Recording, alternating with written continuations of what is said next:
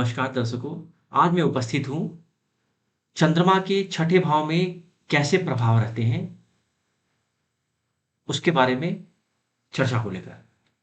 पीछे जो पूर्व में मैंने वीडियो बनाए हैं, उसमें चंद्रमा प्रथम, द्वितीय, तृतीय, चतुर्थ और पंचम भाव में कैसा फल देता है, उसके बारे में मैंने वीडियो बनाए हैं। तो आज का जो हमारा टॉपिक है कि सिक्स्थ हाउस में कैसा फल देगा चंद्रमा।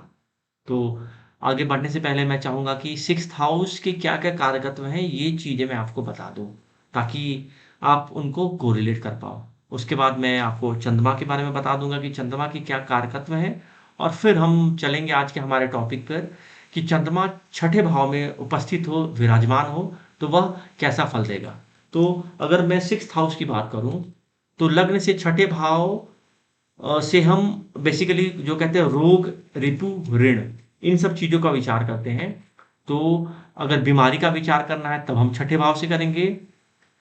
किसी से कर्ज आदि के बारे में विचार करना है तो उसका विचार हम छठे भाव से करेंगे।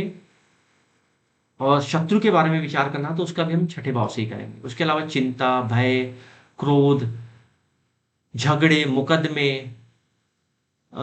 किसी से झगड़ा झंझट हो गया वो हो गया, परतंत्रता हो गया, कोई क्षति कोई नुकसान हुआ है वो हो गया आपका, या गुदा का स्थान हो गया आपका, या मामा का स्थान भी हम छठे हाउस को भी बोलते हैं, ननिहाल छठे हाउस को बोलते हैं, पीड़ा, कर्ज, गलतफहमियां, दुख, बीमारी और अनुचित कार्यों का अध्ययन, ये सब चीजों का विचार हम छठे भाव से करते हैं। तो अब अगर मैं चंद्रमा की बात करूं मैं कि चंद्रमा किन किन चीजों का कारकत्व चंद्रमा के पास है, तो ये कारकत्व जानना इसलिए जरूरी है बिकॉज हम चूंकि चंद्रमा का ही विचार कर रहे हैं। तो चंद्रमा किन किन चीजों का फल देगा और कैसा फल देगा, उसके लिए यह जानना जरूरी है कि चंद्रमा किन किन चीजों को रिप्रेजेंट करता है। जो सबसे इंपॉर्टेंट जो ज्योतिष शास्त्र में चंद्रमा के लिए माना जाता है कि चंद्रमा माता का कारक है। दूसरा, चंद्रमा मन का कारक है। इसके अलावा यश, संपत्ति, कवित्व शक्ति, कविता, कल्पना, निद्रा, कलाएं, आपकी निपुणता, आपके जो कौशल है वो, मातृदुग्ध हो गया, स्त्री की स्त्रियों का जो मासिक धर्म होता है इसका विचार भी हम चंद्रमा से ही करते हैं। इसके अलावा औषधि पर भी चंद्रमा का ही अधिकार है। और फिर सिंचाई के जो भी साधन है, इसके अलावा तालाब, हौज, या जो भी वाटर सोर्सेज हैं लाइक समुद्र हो गया, समुद्रिक जल हो गए, नमक का निर्माण आदि, इन सब का विचार हम चंद्रमा से करते हैं। दूध, दही, बर्फ खाने, इसके अलावा हनी जो मध होता है, मधु, वो हो गया आपका। पुष्प, सुगंधित पदार्थ हो गया आपके। उसके अलावा स्त्री जातक, स्त्री जातिका जो होगी वो, नारी शक्ति, ज्योतिषी का विचार भी हम चंद्रमा से करते हैं। उसके अलावा गायन, नर्तक, मतलब अगर किसी को डांस सिखाना चाहते हैं तो चंद्रमा की स्थिति के बारे में जरूर विचार कर ले।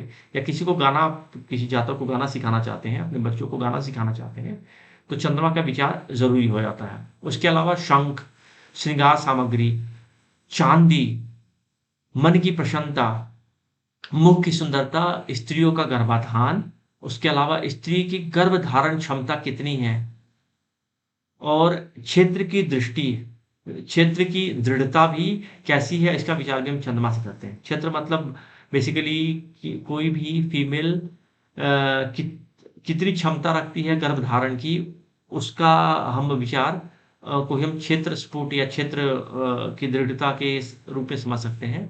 उसके अलावा श्वेत वर्ण हो गया आपका, दया, अमोद, प्रमोद, मनोरंजन और जो भी भोज्य पदार्थ हैं, इन सब पर चंद्रमा का ही अधिकार है। तो यदि आपको इन चीजों का विचार करना है तो आप चंद्रमा से देख सकते हैं। अब हम आज के अपने टॉपिक पे आते हैं कि चंद्रमा यदि छठे भाव में है तो क्या क्या प्रभाव दे सकता है। अब चूंकि देखो चंद्रमा सॉफ्ट या शुभ ग्रह है, तो कहीं ना कहीं तृतीय भाव में भी देखा होगा आपने चंद्रमा का अच्छा प्रभाव नहीं था, अच्छे रिजल्ट नहीं थे बहुत।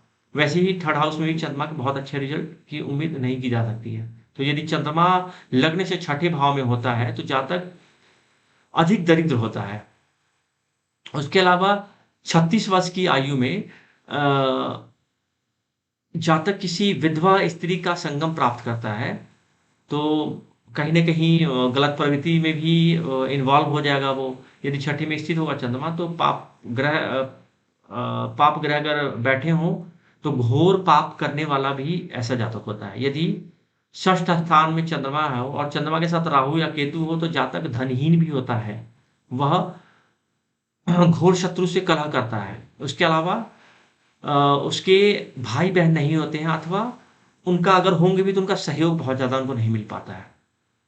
ठीक है। अब यही छठे भाव में क्षीण चंद्रमा हो तो पूर्ण फल देगा, क्योंकि अब देखो चंद्रमा यहाँ पे पीड़ित हो गया, तो पीड़ित होने की वजह से जो उसकी शुभता वो चली गई, इसलिए वह अच्छे रिजल्ट देने में सक्षम हो पाया है।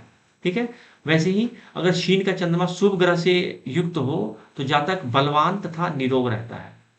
तो इन सब चीजों का हम इसको एक एग्जाम्पल से अगर समझना चाहें हम, अगर कि चंद्रमा, तो इसके लिए मान लो कि आप एक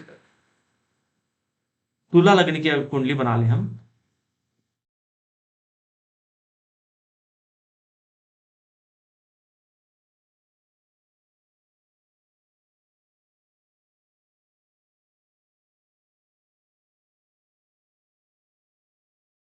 सूर्य, तो देखोगे ऐसी स्थिति में आप चंद्रमा क्या है यहाँ पे ना, पाप मदत्व हो गया है, दोनों तरफ से चंद्रमा मंगल और शनि के बीच में आ गया है। तो इस वजह से ये चंद्रमा ये तो पीड़ित भी हो गया है, तो यहाँ पे बहुत अच्छे रिजल्ट की हम उम्मीद नहीं कर सकते हैं। तो ये सारी चीजें थी चंद्रमा से संबंधित। उम्मीद करता हूँ चीजें आपको क्लियर हुई होंगी। और अगर कुछ चीजें आप जो मैंने बताया उसमें कुछ अगर आपके किसी आपके लाइफ में आपके जानने वालों की किसी की कुंडली में और जो चीजें मैंने बताई हैं वो सही अगर हुई हैं तो कमेंट में भी जरूर लिखें, ताकि मुझे भी सुनकर अच्छा लगेगा कि आप जो चीजें आप मेरे द्वारा प्राप्त कर रहे हो आप वो सही आपको प्राप्त हो रही है। उम्मीद करता हूँ वीडियो अच्छा लगा होगा। मेरी वीडियो को अगर अभी तक सब्सक्राइब नहीं किया आपने तो काइंडली सब्सक्राइब कर लें, ताकि आपको वीडियो के अपडेट्स मिलते रहेंगे, जो भी नए वीडियो आएंगे उसके बारे में आपको पता चलता रहेगा। तो अंत तक वीडियो देखने के लिए बहुत बहुत धन्यवाद। नमस्कार।